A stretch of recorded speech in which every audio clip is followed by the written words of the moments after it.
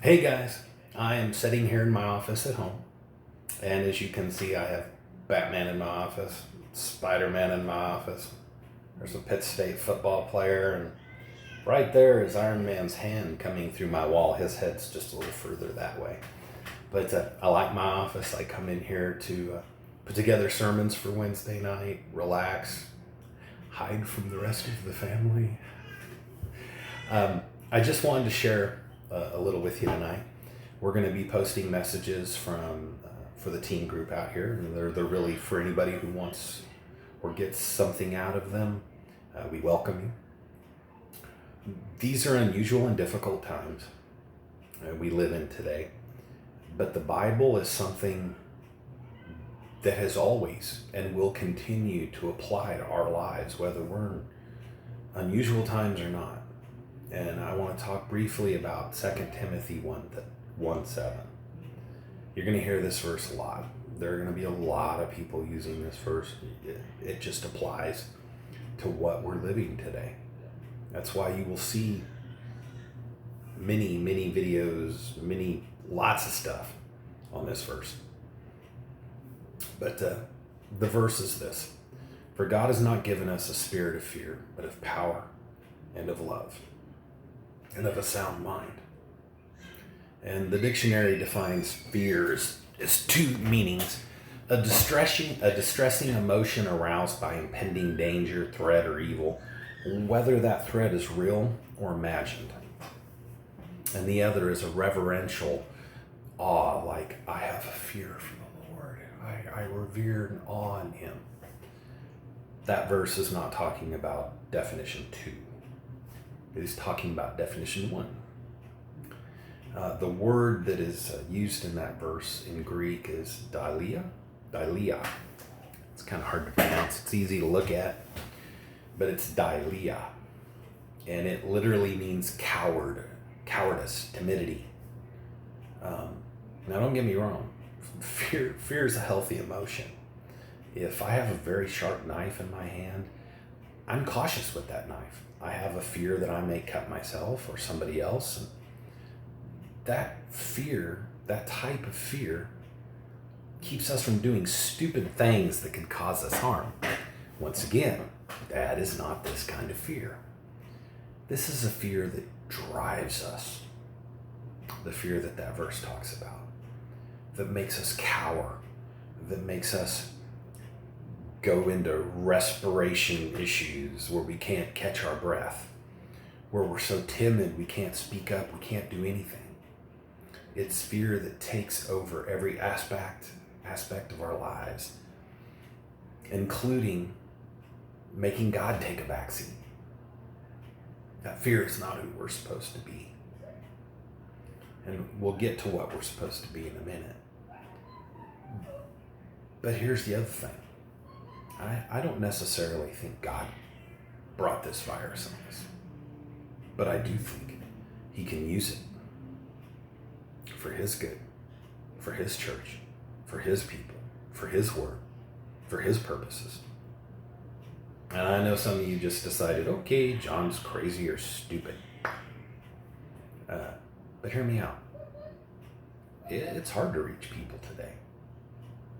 Not just in other countries, but the United States. We sit in our churches on Sundays and Wednesdays, and we're willing to do whatever it takes for the people who come in the door. We're willing to be content with who walks in. God, we're doing what you asked us to. They came to us, we're going to take care of them. It's a good thing. But there's so much more out there today. And there's so many different ways to reach people we've never had. Let me give you an example of how God's using this. There's a platform out there called Church Online. It's a free platform for churches. If you keep your eye on Facebook and places we post, you will see that there will be a site out there before next Sunday's service where you can go to that site, and there will be a pastor online and other people online that you can chat with. that you can ask questions with, that you can click on a button and say, I have a prayer request. You know, as we stream Facebook Live, we have a whole group of people that watch that, who we can interact with, we can't minister to, and now we can.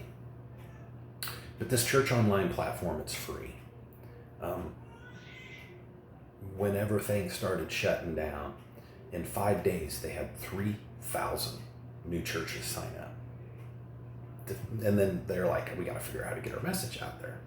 In 7 days, that grew to 12,000 new churches.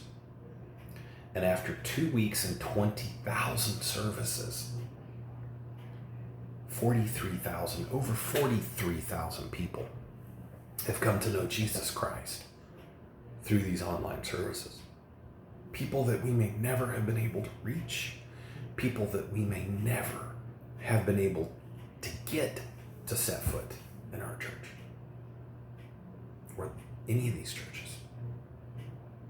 We have the ability to spread God's word in ways we've never had, in numbers we've never had. So God can take something like this that causes us to have a spirit of fear, use it for his purposes. The last part of that verse is that we're not supposed to have that spirit of fear, but of power and love and of a sound mind. Who are you going to be during this crisis? Are you going to reach out to people and check on them, even if it's through your phone? Are you going to be positive and affirming and show them that God's power is in control no matter what else is going on? The spirit of power that we have, it comes from him. Now about love, the spirit of love. Love on people.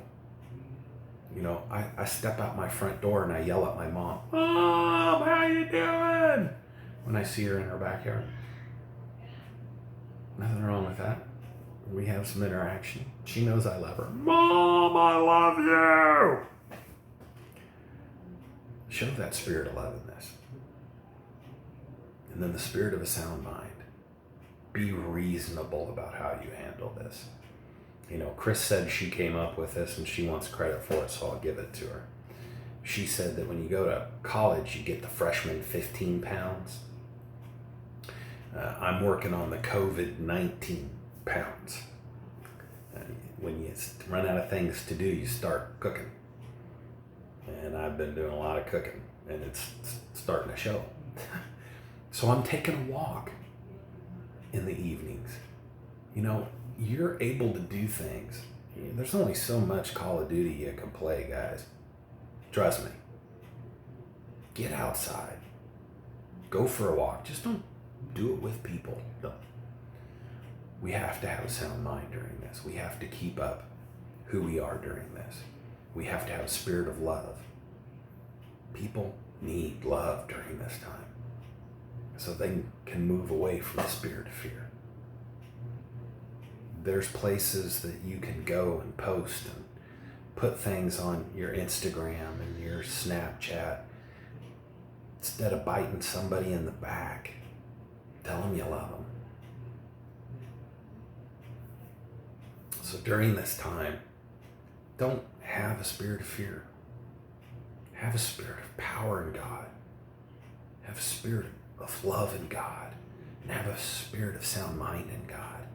And think about the 43,000 people, over 43,000, that came to know Christ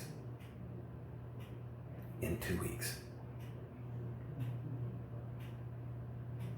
Think about them. Pray for them. Put stuff out there to support them. This is a scary time for people. And we need to show them that God offers them something